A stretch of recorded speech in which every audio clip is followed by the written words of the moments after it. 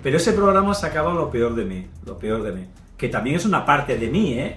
¿Qué pasó con Florentino Pérez? ¿Por qué se rompe esa relación? ¿Qué ha pasado con el tema del juicio con Pedrerol? Si tú estabas ahí, ¿por qué no te fuiste antes? Yo no me creo eso que dice, como que dijo Medina Cantalejo cuando se descubrió el caso Negreira. La gente de Ibai pensaba que yo había querido utilizar a Ibai.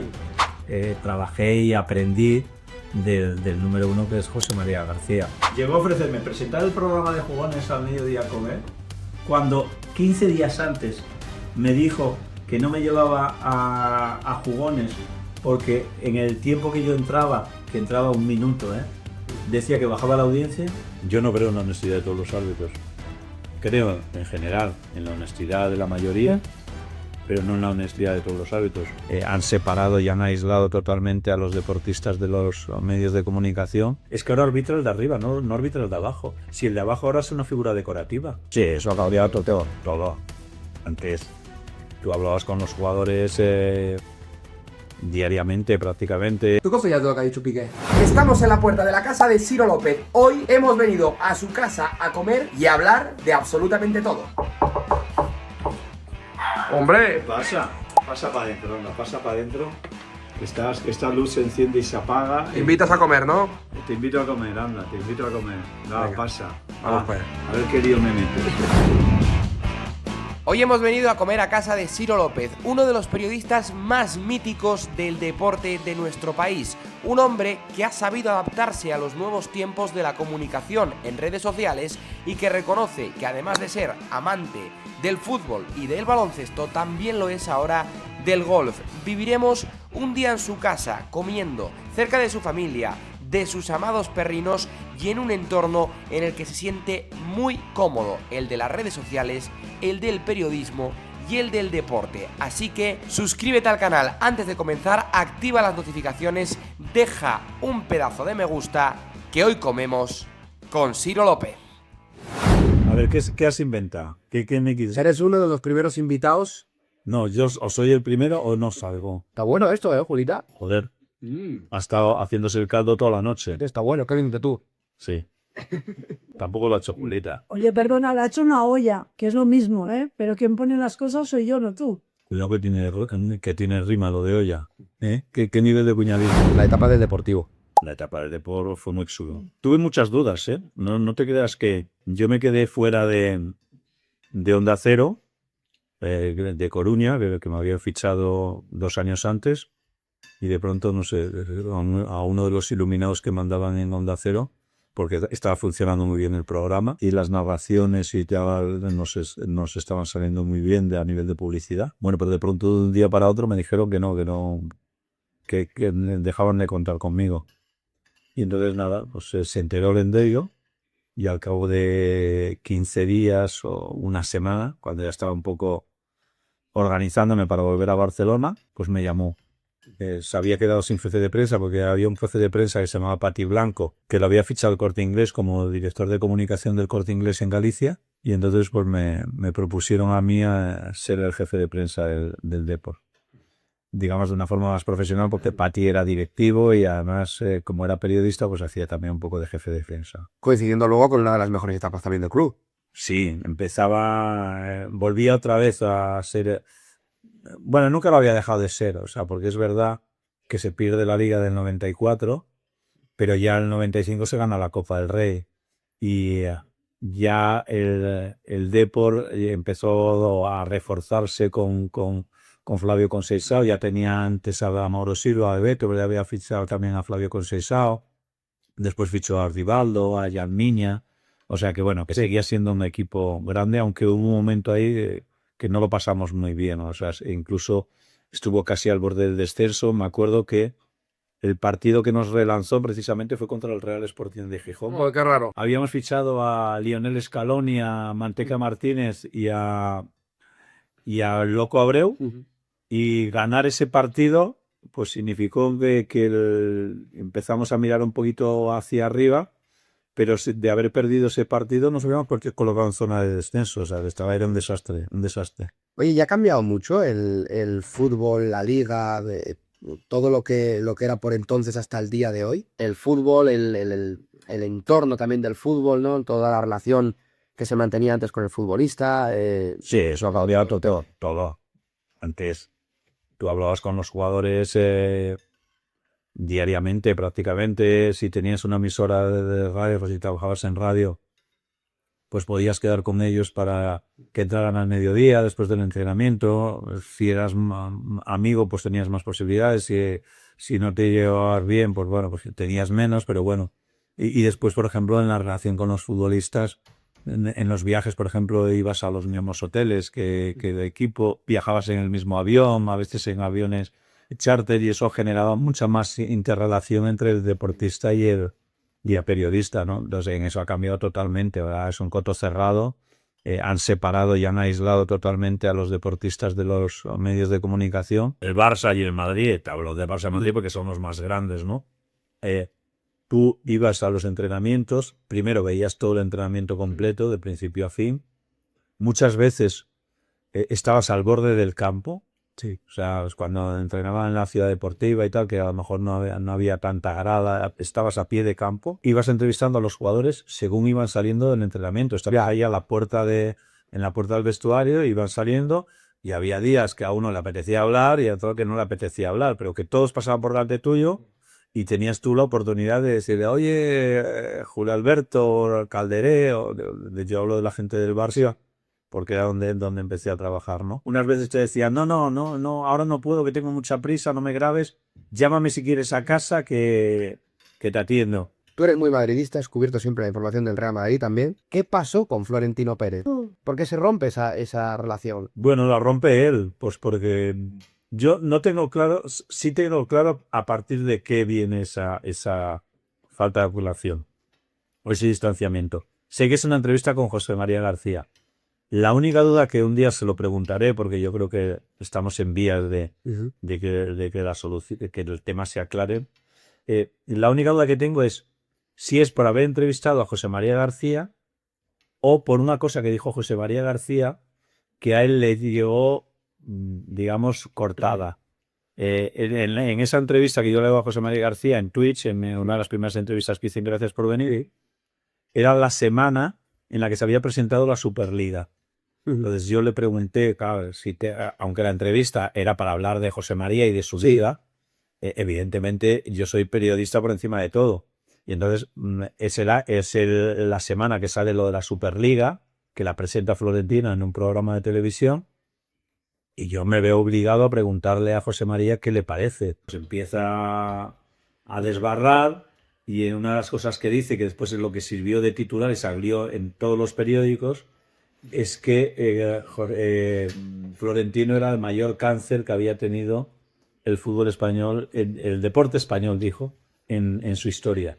Que yo le contradije, le dije, es una tontería lo que dices, no tienes razón, la animadversión que tienes hacia Sí, que la haya y tal. Solo el corte. Entonces, lo único que le llegó, que es lo que salió en los periódicos, es eso, que en el programa de Ciro López de Twitch, José María García había dicho eso de Florentino. Entonces, no sé si lo que le molestó es eso, pero no le trasladaron que yo lo defendí. Hoy, como tiene muy mala relación con José María, le molestó, o considero que era una traición a la amistad que teníamos, Directamente el entrevistar a José María. Bueno, porque la relación era buena, ¿no? muy buena. Muy buena. Yo solo puedo hablar bien de Florentino conmigo en el aspecto personal y en el aspecto profesional. O sea, solo puedo hablar cosas buenas de él. O sea, porque siempre que yo lo he necesitado por cualquier motivo, siempre lo he tenido ahí. Y al revés, o sea, yo creo que siempre he valorado mucho lo que ha hecho Florentino al frente del Real Madrid. Me parece que, no voy a decir a lo mejor que es un ser superior, como dijo Butragueño, pero yo siempre he dicho, digo, la capacidad de gestión que tiene Florentino no la tiene nadie. O sea, una persona que es capaz de gestionar dos multinacionales a la vez, es que es muy difícil. O sea, es que estamos hablando del Madrid y estamos hablando... Estaba complicado. Hablas del Madrid, pero en directo te quedaba así. Esto vamos a ver. ¿Esto qué es? Pues es la gente. Pues eso. Entonces, ¿Es el mejor presidente del Real Madrid? por lo menos está al nivel, no sé si es el mejor, pero está al nivel de Santiago Bernabéu. Yo creo que si fa o no fa, como dirían por ahí, o sea, yo creo que están a un nivel muy similar. O sea, desde luego a nivel de títulos, que es lo que muchas veces la gente solo valora eso, desde luego es el mejor. O sea, es el presidente que más títulos ha ganado con el Real Madrid, tanto en baloncesto como en fútbol.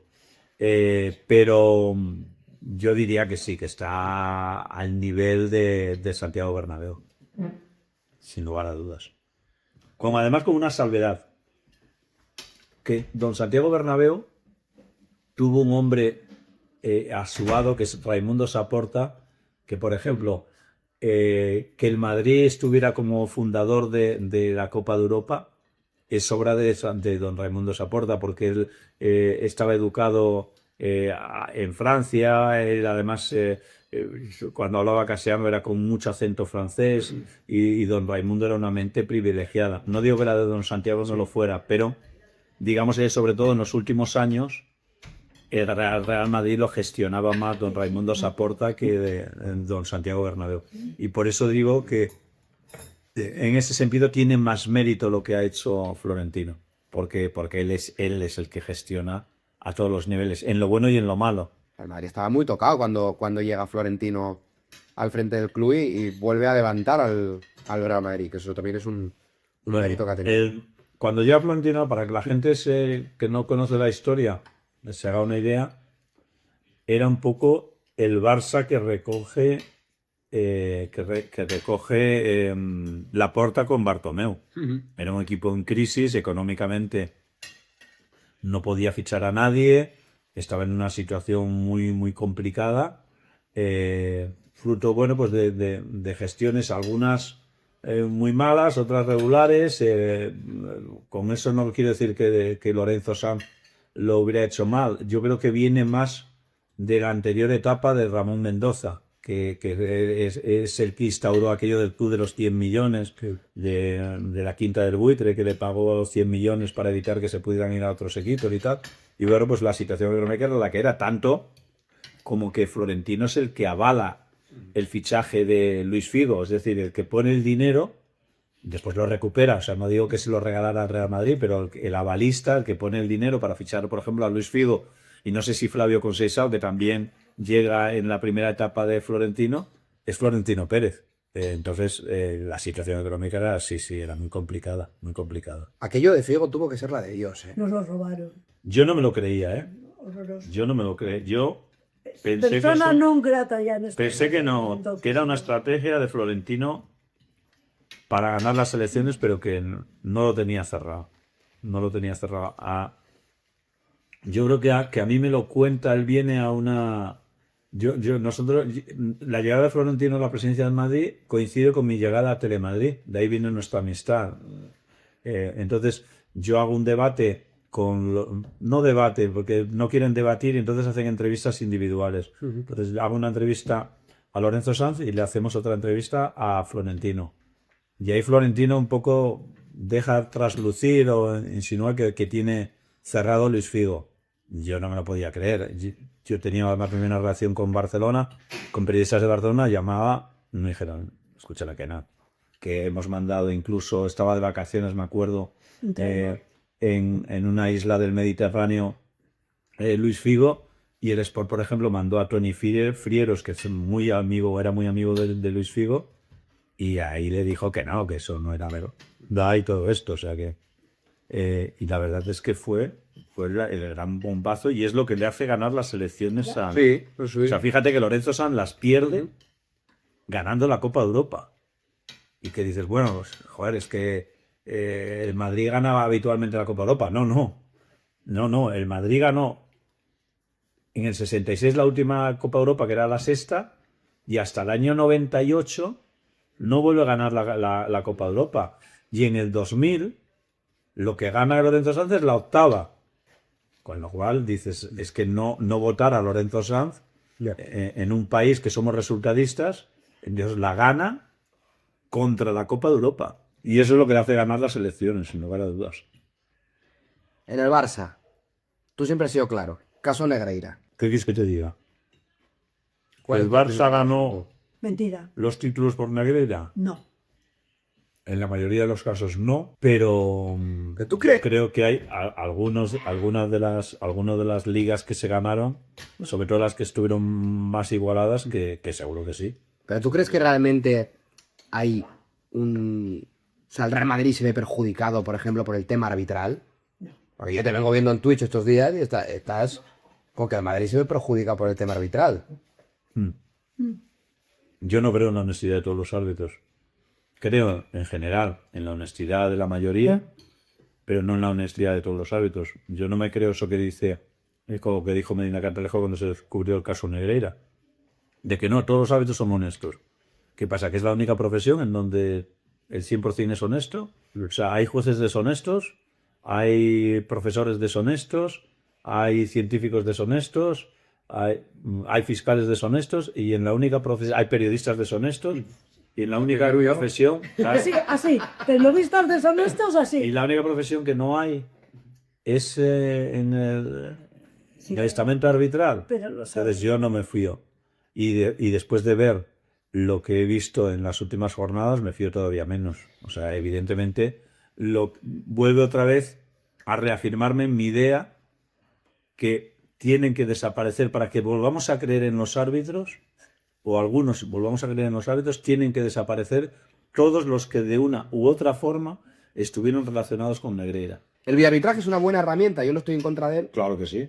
pero creo que no se está utilizando de la forma correcta. O sea, creo que es una buena herramienta, pero mal utilizada. El problema del videoarbitraje es que como se está utilizando mal la herramienta, o sea, al margen ya después de la honestidad o de la deshonestidad, al margen de que Clos Gómez esté donde está o Medina Cantalejo, yo no voy a entrar. Ahora vamos a analizar cómo se está utilizando el VAR. El problema que hemos conseguido es que ahora arbitra el de arriba, no arbitra el de abajo. Si el de abajo ahora es una figura decorativa, el de abajo está más para los saques de banda, para pitar el inicio y el final del partido que para tomar decisiones. No toma una sola decisión. O el 90% de las decisiones importantes las toma el de arriba, no las toma el de abajo. Entonces eso es lo que no puede ser. Entonces algo está fallando. Algo está fallando. Y para mí, yo siempre busco la comparación con el baloncesto porque el baloncesto siempre ha ido 10 pasos por delante del fútbol en temas técnicos. Yo digo... Y el otro día lo contaba, que no es dudoso, López Nieto, que ha sido uno de los mejores árbitros que ha tenido este país. López Nieto, que ahora es presidente de Unicaja, lo decía, y es algo que yo vengo diciendo desde hace un montón de tiempo. No porque yo sea más listo que nadie, sino porque he visto lo que ha pasado en el mundo del baloncesto. Yo creo que tenemos que empezar a tender a utilizar la herramienta de otra forma. Como se utiliza el baloncesto, adecuándola. A lo mejor no como el baloncesto. En el baloncesto hay, en cada partido, hay 50 decisiones arbitrales. Claro. En fútbol hay muchas menos. Entonces, evidentemente, tendrás que marcar un poquito las reglas. A lo mejor en baloncesto, como hay tantas decisiones arbitrales, pues los entrenadores de cada equipo tienen 2 oportunidades para pedir el instant replay. A lo mejor el fútbol tendría que ser una, ¿vale? Y porque hay menos decisiones a lo largo de los 90 minutos. Una. Pero y después, en baloncesto lo que se hace, en baloncesto no hay una salabor. Son los árbitros de campo los que dicen, tengo dudas, no sé si este balón ha salido o no ha salido. Y a partir de ahí dice, ponerme las imágenes que quiero verlas.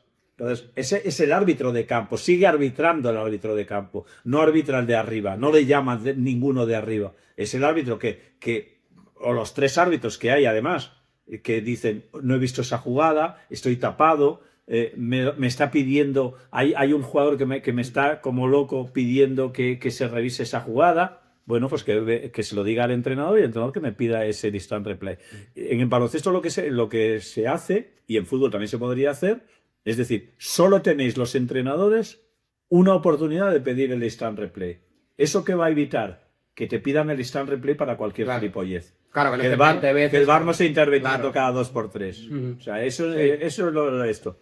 Y entonces, si el entrenador en la solicitud que hace le da la razón el instant replay, pues sigues teniendo esta oportunidad. Claro. ¿Vale?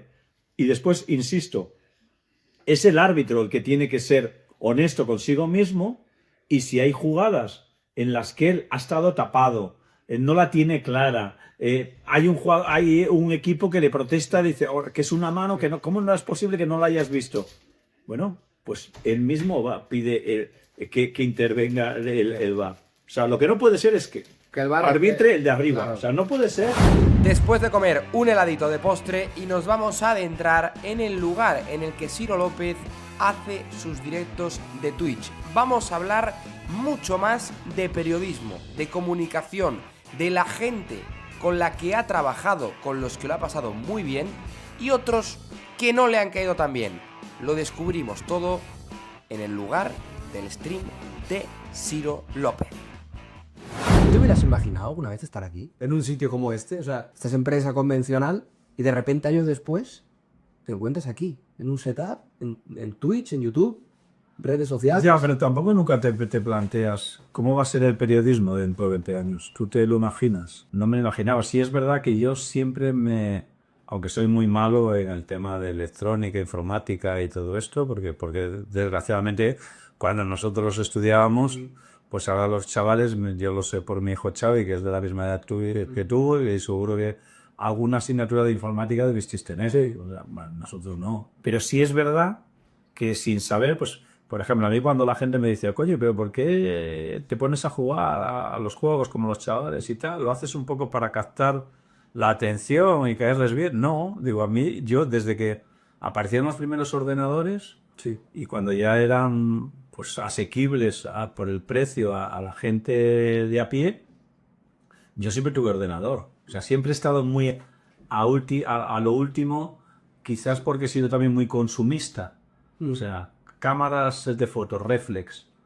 Bueno, también curioso, ¿no? Más, claro. Quizá más de consumista, curioso. Sí, curioso, pues, pero después siempre me ha gustado estar un poco a la última, yo qué sé. Yo me acuerdo de jugar a juegos cuando tenías que utilizar un disquete. O sea, sí, es un disquete, el Silent Hunter, que es un submarino, que ahora ha salido la versión adaptada a los tiempos modernos y no sé jugar. Pues el Monkey Island, que había un juego también de ir descubriendo un tesoro y tal. Bueno. ¿Y en qué situación se encuentra el periodismo convencional ahora mismo? Yo, a nivel, por ejemplo, de prensa escrita, creo que está mejor de lo que yo pensaba que estaría. Y me explico. Yo estaba convencido que no ahora, hace 4 o 5 años, en prensa escrita ya solo quedarían de periódicos de papel, quedaría 1 o 2 a lo sumo y uno de deportes a lo mejor. O sea, no, porque creo que en ese sentido ha evolucionado menos de lo que yo esperaba. Yo esperaba que todo lo de internet, las páginas web, todo esto, que se comiera por completo. Se comieran completamente esto, y todavía cada vez menos. Y de hecho yo hace ya igual 2 o 3 años o 4, pues hablaba con el director de Sport o con el director de Marca, y me decían que económicamente ya era mucho más rentable la publicidad que conseguían a través de las páginas web que realmente lo que se vendía en escrito, ¿no? Entonces, eso ha cambiado. Pero ha cambiado a menos velocidad de la que yo pensaba. Y después, la radio siempre, yo creo que la radio siempre existirá. O sea, no creo que la radio... Porque además tiene algo que es lo que también busca la gente ahora, que es la inmediatez. Y la radio siempre sabe inmediatez. Es lo que te ha permitido conocer la noticia casi en el mismo momento que se produce, ¿no? Y eso es impagable. Entonces la radio yo creo que va a mantenerse ahí. Y la televisión, bueno, yo creo que el consumismo de televisión ha cambiado. O sea, ha cambiado con las llegadas de las distintas aplicaciones, de Netflix, de Amazon Prime. O sea, ahora no tiene nada que ver. Y los chavales después también, la mentalidad de los chavales, por ejemplo, en el mundo del deporte, yo decía que los últimos 20 o 30 años lo que más primaba en deporte era el directo, y que era lo que consumía la gente, y ahora ya casi ni eso. O sea, los chavales van a cosas muy concretas. Pero incluso, no es lo que les interesa, claro, a escoger incluso a lo mejor un partido de fútbol se puede estar jugando ahora, pero los chavales prefieren estar haciendo otras cosas, y después cuando acabe el partido, eso sí, como les gusta el fútbol ir a ver los goles. Ya. ¿Tú confías en lo que ha dicho Piqué? El tema del 0-0, ¿lo has visto? Yo lo comparto. ¿Por qué? Porque yo creo que hay que... Es verdad que hay partidos de 0-0 Sí. que son Pueden ser entretenidos. tan o más entretenidos que un 1-1 o un 2-1. Sí. Pero sí es verdad que son los menos. Y yo creo que hay que incentivar de que la gente esté pendiente del espectáculo. Que al final es de lo que se trata. O sea, yo cuando empecé en esto, estaba muy claro, el fútbol era un espectáculo. Y entraba dentro del fenómeno de espectáculo.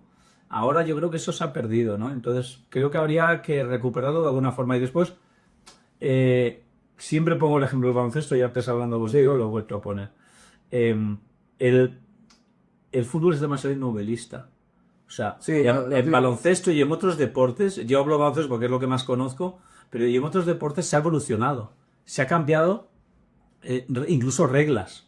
O sea, yo qué sé, pues aquí en FIBA, en el baloncesto FIBA, no existía la canasta de 3. De pronto aparece la canasta de 3. Pero no contentos con eso, cuando ya la canasta de 3 ya empezaba a ser demasiado fácil la distancia a la que estaba el tiro de 3, se amplió esa distancia a 3,75. Entonces, constantemente ves una evolución en la reglamentación y en las formas de juego. En el fútbol es mucho más... salió lo del VAR, que yo creo que es una herramienta muy positiva y que hace más justo el fútbol. Otra cosa después cómo lo utilizamos, que es lo que hablábamos antes, ¿no? Pero yo creo que eso es bueno. Y hay un montón de gente, de carcamales de la profesión, y en ahí incluye a mi amigo Manolo Lama y algunos más, que no, joder, es que a mí el fútbol tradicional. Claro. Bueno, el fútbol tradicional, bueno, pues entonces que los porteros sigan jugando con rodilleras, Ha evolucionado. que haya juez de línea que están detrás de las porterías, juez de portería que hubo en la primera época. Digo, hay que evolucionar, ¿no? Entonces yo, todo lo que sea mejorar el producto y el espectáculo, creo que es bueno. Y creo que no premiar un empate a 0, a mí me parece bien. Y a los que se echan las manos a la cabeza, oiga, que es que la liga de 3 puntos, daron 3 puntos por la victoria, llegó hace 20 o 25 años. Hasta hace 20 o 25 años, cuando ganabas eran 2 puntos. Y empatar Y cuando empatabas uno, ya está. Entonces, bueno, pues ¿por qué no? ¿Por qué no intentar primar de que la gente intente pelear Claro. por ganar, siempre por meter goles, sí. Claro. ¿Quiénes son los mejores periodistas con los que tú has coincidido en el mundo del deporte? Vamos a ir al deporte en concreto. Pues yo es que he coincidido con muchos. O sea, claro, para mí el primero y la suerte que he tenido es de trabajar con José María García, que es el que cambia totalmente la percepción del periodista deportivo. El periodista deportivo antes, en los años, cuando yo empecé, y antes más todavía, pero sobre todo cuando yo empecé en el 78, era el que no servía para otra cosa. Era el periodismo, el que no valía para otra cosa, era por hacer deportes o para hacer esquelas. Ya haces esquelas, ya muerto tan... Tenía casi el mismo valor el periodista deportivo que el de las esquelas. José María García cambió esa concepción, ¿no? El periodista deportivo pasó a ser alguien considerado, alguien que era prestigioso decir incluso que eras periodista deportivo, y lo más importante, la valoración económica. Ya no solo es la valoración como profesional, sino eso también tuvo una repercusión en el tema económico. Y ahora, si tú hicieras una encuesta de los periodistas en general en España mejor pagados, igual si haces una lista de 20, la mitad son periodistas deportivos. Entonces, bueno, para mí trabajé y aprendí del número uno, que es José María García. Después he tenido la suerte de trabajar con Pepe Domingo Castaño, he tenido la suerte de trabajar con Luis Mariñas, que no es de deportes, pero que para mí siempre ha sido un ejemplo, Luis, de cómo tiene que ser un periodista, con Paquito González, con Manolo Lama, con toda la gente de la COPE, aunque no de forma de codo a codo, pero sí en la misma empresa, y lo intenté, de hecho, yo fichar para Telemadrid, para presentar Fútbol es Fútbol, pues con Manu Carreño, por ejemplo, también, con JJ Santos. Bueno, he tenido la suerte de estar con con los mejores, claro, en tantos años es que voy a cumplir 47 años, se cumple este septiembre. Casi nada. En la profesión. Casi nada. Y como he ido cambiando además, fíjate que yo recuerdo cuando nos decidimos quedarnos en Antena 3 y no irnos con José María García a la COPE, Javier Ares y la noche que tomamos la decisión dormimos en la misma habitación en un hotel aquí en Madrid, porque él vivía en Valladolid y yo en Barcelona, con Javier Ares. Y se nos abría un mundo, decía, es que no hemos estado en ningún sitio que no haya sido Antena 3. Bueno, yo había estado en el Dicen, pero a nivel de radio, nuestra vida era Antena 3. Él todavía más porque llevaba más tiempo, ¿no? Y dijimos, hostia, se nos abre como un abismo, a ver qué pasa en ese abismo, ¿no? Nos tiramos y a ver qué pasa, ¿no? Y fíjate que después, pues he estado en Onda Cero en Galicia, he estado en Telemadrid, estoy en COPE, he colaborado con un montón de sitios. Bueno, he tenido mucha suerte y en ese sentido es que nombrar a con quién para mí son los mejores. Bueno, hay un popurrí de varios. Claro, sería un popurrí y seguro me olvido alguno. Sí, sí, sí. O sea, por ejemplo, yo qué sé, para mí Luque, José Antonio Luque, con el que he trabajado, Sí. es el mejor narrador de fútbol en televisión que hay. Eso quiere decir que yo no valoro a Manu Carreño, a Carlos Martínez narrando, pues sí, claro que lo valoro, me parece un fenómeno. Manu Carreño narraba el fútbol maravillosamente, pero claro, José Antonio Luque para mí en fútbol, Bueno, para mí en televisión es el mejor. en cuanto a narradores, claro, tú por el baloncesto tiras más en ese ámbito que conoces más. Ah, A mí en el ámbito de fútbol de niño era Andrés Montes. O sea, para mí Andrés Montes como narrador claro. era una locura. O sea, En cambio, para mí... yo veía el fútbol Claro. para escuchar a Andrés Montes. Pero para mí, Andrés era mejor como comentarista, como el que está al lado del narrador que narrando. O sea, porque yo considero... Bueno, es verdad que narrar, si no me equivoco, narraba Esteba, ¿no? Antonio Esteba, y le acompañaba Montes. No sé. no. Bueno, puede que hubiera algún momento que esto, pero no, tanto en Canal Plus como en La Sexta el que narraba era él. El que coincidieran Antonio y él puede ser, pero Yo estaba pequeño, pero es que es un problema de ritmos. O sea, que no digo es que para mí Andrés era más brillante todavía como comentarista, porque tenía más tiempo para pensar. Entonces, cuando tienes más tiempo para pensar, las ocurrencias que tenía Andrés a la hora de poner motes, de todo esto, era brutal. Era brutal. Era un espectáculo. Entonces, te olvidas de gente, Anthony Daimiel. Yo he trabajado con Anthony. Anthony es una delicia trabajar, para mí es un número uno, y el poder estar narrando con él de comentarista y yo narrador, el Mundial de España del 2014, para mí ha sido maravilloso. O sea que afortunadamente he tenido la suerte de estar con los mejores, también con algunos de los peores, pero como decido casi de mi generación y de fuera de mi generación, casi con los mejores, ¿no? ¿Qué ha pasado con el tema del juicio con Pedrerol? Bueno, que retiró la demanda, él primero presenta una demanda por algo que no tenía ni pies ni cabeza. O sea, él podía haberme presentado una demanda porque considerara que yo atentaba a su honor, pues cuando decía según qué cosas o denunciaba según qué cosas, podía entender que podía presentar, si él se sentía vilipendiado por mí, que yo estaba mintiendo y lo estaba dejando mal, que presentara una demanda o una querella por derecho al honor. Lo que no tenía ni pies ni cabeza es que presentara una demanda por competencia desleal, porque yo no compito con él, para empezar. O sea, ¿qué es competencia desleal? Él aludía que coincidíamos en los mismos horarios, que no es verdad, y después que intentaba provocar que hubiera anunciantes que no se anunciaran con él. Justo todo lo contrario, lo que hizo él conmigo, porque yo sí que tengo pruebas de que hubo anunciantes que dejaron de anunciarse conmigo porque él lo impuso. O sea, que eso está... Entonces, ¿qué pasó? Pues presentó eso, se llevó un revolcón, pidió unas medidas cautelares para que yo no pudiera hablar más de él ni hablar del juicio, de la demanda que me había presentado. Yo llevé a declarar a Pablo Espinosa y para confirmar que las denuncias que yo hacía eran verídicas. Entonces ahí se me llevó un revolcón y a mí me extrañaba que siguiera, cambió de abogado, Sí. no le gustaba.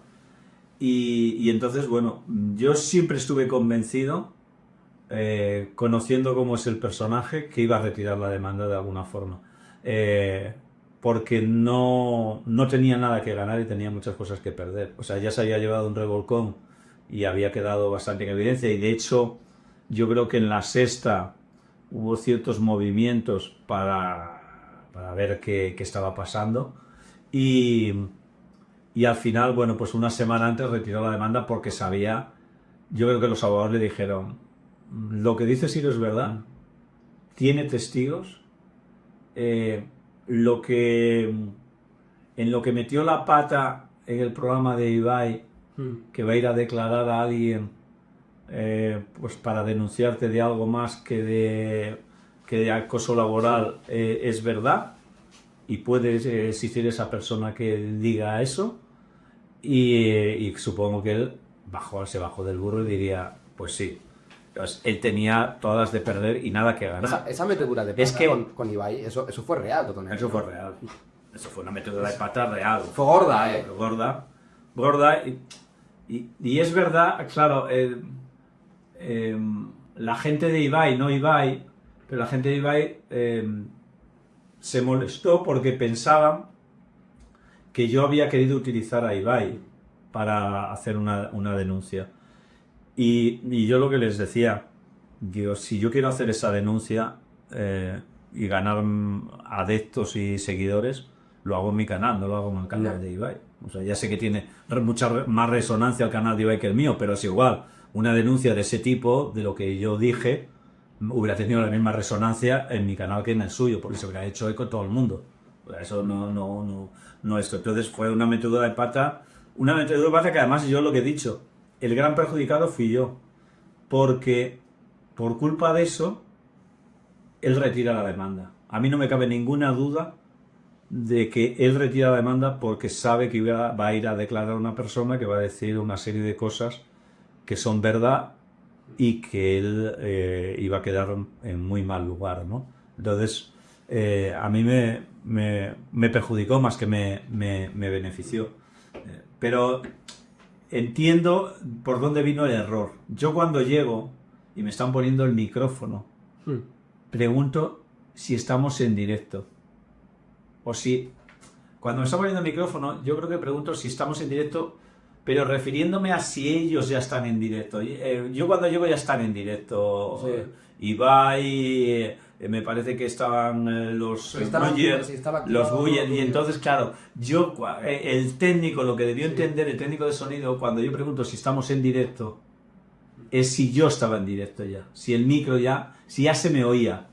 Y él me dijo, no. Y yo lo que entiendo Es que no se te es que oye. yo los veo allí sentados. No, yo los veo allí sentados, me meto y pienso que no están en directo. Ah, vale. ¿Sabes? Sí, O sea, yo los veo allí sentados cuando yo llego. Y puede entrar Pero más. en principio a mí Ibai me dijo que íbamos a empezar a las 8:30. Ya. Entonces, llego a las 8:05, veo que están allí, me empiezan a microfonar y yo pregunto, ¿estamos en directo? Y entonces el técnico, yo creo que, después analizando un poco, el técnico debió entender mal que yo le entendido, preguntaba si mi micro ya estaba abierto Sí. y me dice, no.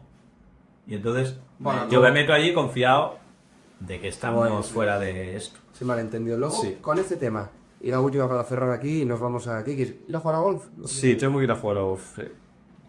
La gente, cuando tú hablas de esto, siempre dicen lo mismo. El hecho de, coño, si tú estabas ahí, ¿por qué no te fuiste antes? ¿Sabes? Esa es una de las preguntas. A ver, yo estuve varias veces a punto de irme. Pero yo entiendo que la gente no me tiene porque tú me conoces ya y hay mucha Sí. gente que me conoce y que yo soy una persona que me dejo convencer con bastante facilidad. O sea, no... A mí ayer me llamaron para ir a un programa, me llamó un amigo y no supe decirle que no. Y joder, que me decía, ¿por qué te metes otra vez en estos líos y tal? Y digo, ¿qué dices que sí y tal? Si no es un problema de dinero, o sea, me quita casi más que me da el decir que sí. Pero bueno, pero me llama alguien que es amigo mío, que en su día pues haya confiado en mí o lo que sea y haya apostado por mí, pues me sabe más decir que no y voy. ¿no? Entonces, yo estuve varias veces a punto de irme.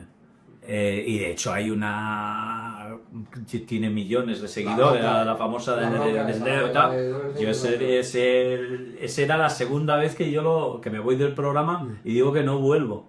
Y esa segunda vez estaba súper decidido, no volvía, pero vamos, pasara lo que pasara. Es más, alguien puede decir, bueno, volviste porque te interesaba, porque no tenías otro sitio donde currar. Yo estaba saliendo por el parking de Intereconomía y me estaba llamando Melchor Miralles, puedo decir hasta quién era, Melchor Miralles, que en ese momento era el director del otro programa que se hacía de Radio Marca, no me acuerdo cómo se llamaba en aquel momento. Sí, me acuerdo, sí. La tertulia, que estaba Látigo, sí, estaba Juanma Rodríguez y no Soria. recuerdo el nombre. Bueno, yo estaba saliendo por el parking y me dijo, Siro, has hecho lo que tenías que hacer, que sepas que si quieres el lunes empiezas a trabajar con nosotros. O sea que no volví por esto. Entonces llega el sábado, eso fue un viernes, llega el sábado y me está llamando Pedro toda la mañana. Toda la mañana. Yo no le cojo el teléfono. Entonces, como yo no le cojo el teléfono, llama a Julia. Entonces Julia sí le coge el teléfono, me dice, oye, cógeselo, que quiere que vuelvas, te quiere pedir perdón, que tal, que va, no seas así, no seas rencoroso y tal. Digo que no, Julia, que no quiero cogerle el teléfono. Bueno, va, cógeselo, hazlo por mí y tal. Y entonces le cogí el teléfono, me pidió perdón, va, por favor, que me equivoqué, que lo siento, que te prometo que yo el lunes delante tuyo te pido todas las disculpas. Y bueno, pues al final me dejé convencer. Pero yo llevaba tiempo que no estaba a gusto, no me encontraba, no era el programa en el que yo estaba feliz. O sea, yo siempre digo lo mismo, es que es un programa que sacaba lo peor de mí. Y eso que eres muy tranquilo. Que es lo que Sí. a mí también me choca. Pero por eso, entonces... Cuando te veo eso Claro. de cuando Entonces, cuando enseguida. yo no tenía nada, los que me conocéis, no tengo nada que ver con ese Siro que... Era un programa muy tenso. Yo soy un tío más bien divertido, de divertirme, de reírme, de vacilar, de ironizar, que en algún momento, pues como todo el mundo, o sea, si me pinchan, me pero me cabreo y salto. Pero que normalmente lo intento evitar. Pues mira, mucha gente me habla de lo de Foto estos días y tal. Si alguien ve las imágenes de esa bronca que yo tengo con Foto, yo me estoy descojonando. Yeah. Yo lo estoy... Porque en el fondo, Foto reacciona como yo quería que reaccionaba. Yo buscaba picarlo. Y Foto entra. Y yo estaba muy tranquilo. Yo me estaba divirtiendo. ¿No? ¿Habéis hablado? Sí. No tengo ningún problema con Foto. Lo que pasa que lo que tampoco voy a fregar es con ruedas de molino. O sea, pues él puede decirme lo que quiera, si es que me da igual. O sea, ¿qué más me da lo que me diga? No me va a afectar. Pero ese programa sacaba lo peor de mí. Que también es una parte de mí, ¿eh? Que yo no digo que sea un santo, pero sí es verdad que yo, los que me conocéis, soy un tío bastante tranquilo, que me gusta más reír que llorar o pelearme, pero sí es verdad que cuando me llevan a límites, yo salto, tengo mucho genio y salto. Y entonces, bueno, yo estuve varias veces a punto de irme, pero a base de ir acumulando cosas, cada vez me encontraba peor. Casi estaba intentando encontrar una excusa definitiva.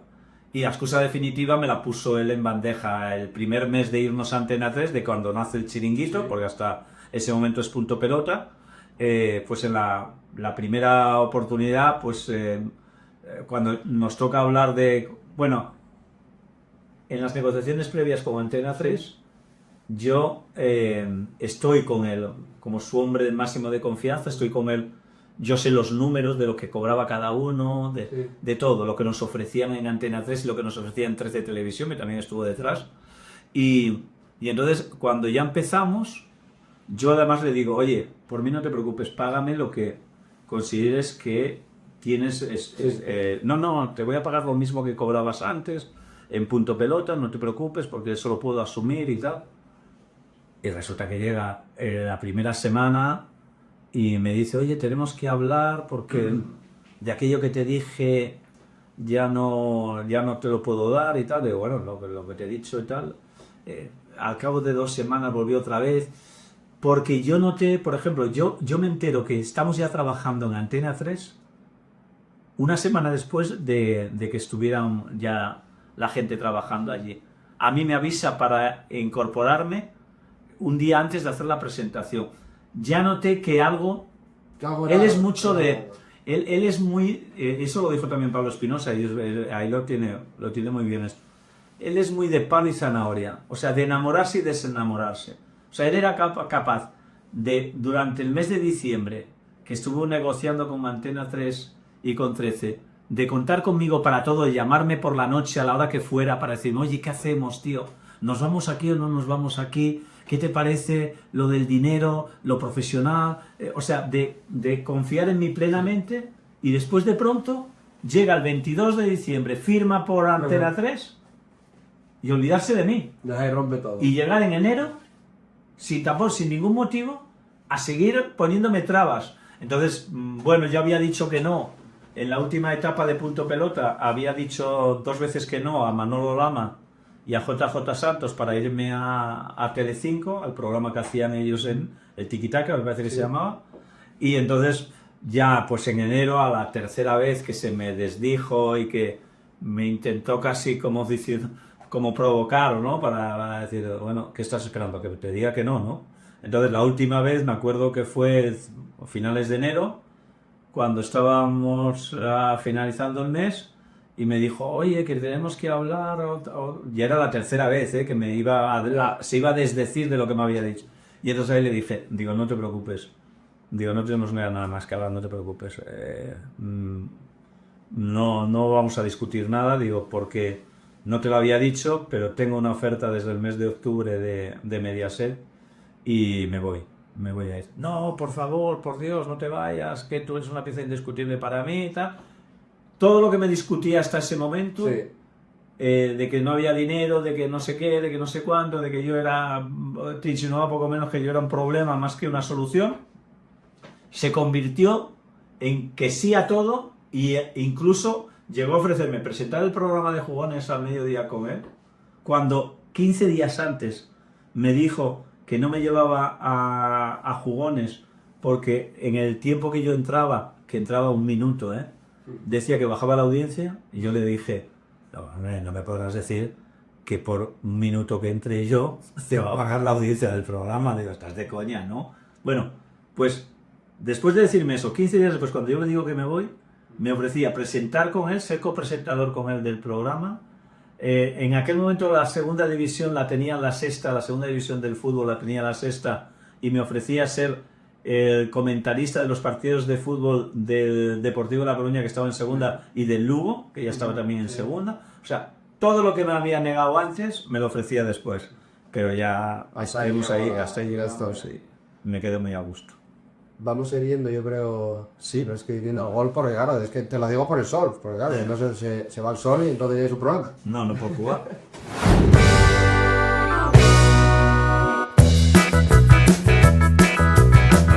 Y para cerrar vamos a descubrir la nueva pasión de Siro, una que había dejado aparcada hace años, pero que ha vuelto a retomar, la del golf, donde disfruta, se lo pasa bien y, según nos cuenta él, además se desestresa del día a día.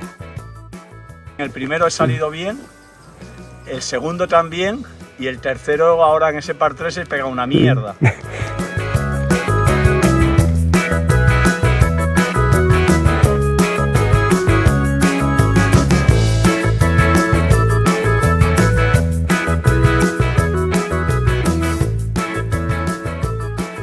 Sí, no, lo bueno del golf es esto, que puedes practicarlo prácticamente con todas las edades. O sea, hay chavales ahí que los ves con 5 o 6 años que están pegando golf, pero es que yo he jugado con gente que tiene 80 años y a lo mejor más. ¿Cuál es el tema? Que físicamente te encuentres más o menos bien. Bueno, pues Sí. en vez de visitar obras, Juegas lo al que golf. haces es caminar por un Claro. campo de golf y dar palos. Entonces, bueno, yo creo que es lo bueno de ese deporte. Pues que Y que no necesitas a nadie tampoco. primero, que no necesitas a nadie, porque puedes salir solo, que no dependes en exceso del tiempo. O sea, yo guindando, yo he jugado y hay gente que juega. ¿Cuál es el único peligro? Es que haya tormenta, eso sí. Ya. Porque los rayos, como llevas hierros, atraen a los rayos, ahí sí que puedes correr peligro. Pero si no, Cojonudo, sí. que hay en sitios que juegan hasta con nieve y con Joder. nada. Ideal. Ahí está.